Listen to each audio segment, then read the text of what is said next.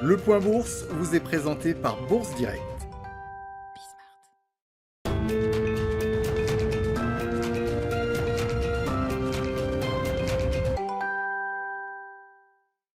Tendance dans le rouge à la mi-journée à la Bourse de Paris après une brève ouverture dans le vert ce matin. Les investisseurs qui attendent l'intervention de Jérôme Powell cet après-midi devant le Sénat dans un contexte de flambée toujours des rendements obligataires aux États-Unis. Après avoir atteint un pic au-dessus des 1,39% hier, le taux à 10 ans américain évolue aux alentours des 1,37% à la mi-journée aujourd'hui, tandis que le taux à 30 ans est lui aux alentours des 2,19%. Une flambée des rendements liée aux anticipations de reprise économique toujours et donc aux craintes inflationnistes qui en découlent et qui pourraient, selon certains investisseurs, avoir un impact sur la politique monétaire de la Fed. Aussi, même si Jérôme Powell défend pour l'instant une politique très accommodante aussi longtemps que nécessaire, chacune de ses interventions est suivie de près. Son intervention semestrielle devant le Sénat, donc, qui est d'habitude considérée comme un exercice de routine, sera particulièrement scrutée aujourd'hui. En Europe, le Bund allemand se tend et remonte également après s'être légèrement détendu hier à la suite du discours de Christine Lagarde devant le Parlement européen qui avait annoncé suivre de près les rendements obligataires afin de s'assurer que les conditions de financement soient toujours favorables pour soutenir l'économie dans la période actuelle. On notera également que l'inflation en zone euro repasse dans le positif de son côté pour atteindre 0,9% sur un an au mois de janvier. Par rapport au mois de décembre, les prix à la consommation progressent de 0,2%.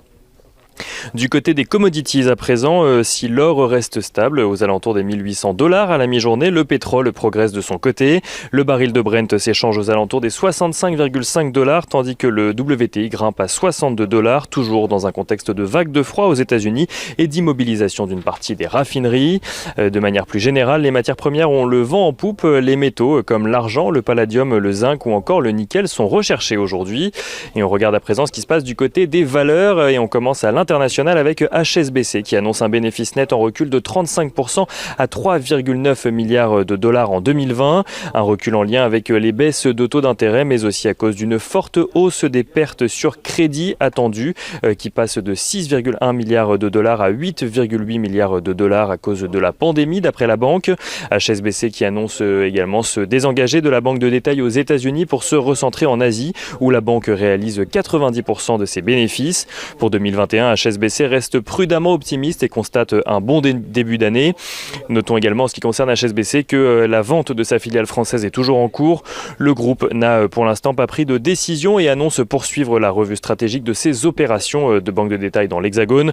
Deux acheteurs potentiels sont connus à ce jour, le fonds américain Cerberus et le fonds Anacap. Total annonce de son côté avoir fait entrer deux actionnaires, la Banque des Territoires et Crédit Agricole Assurance, au capital de deux portefeuilles de projets renouvelables en France à hauteur de 50%.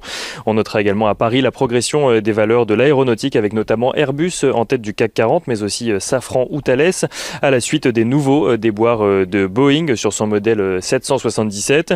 Air France est également bien orienté ainsi que Accor avec la perspective de l'allègement des mesures de restriction au Royaume-Uni et donc d'une reprise de certains flux touristiques avant l'été. Et on notera enfin, face à la progression de certaines valeurs cycliques, le recul des valeurs liées à la technologie sur le CAC 40 comme Worldline, Orange ou encore ST Microelectronics dans le sillage du recul des valeurs tech à Wall Street sur fond de valorisation jugée excessive après avoir compté pendant plusieurs mois parmi les valeurs les plus recherchées à Wall Street.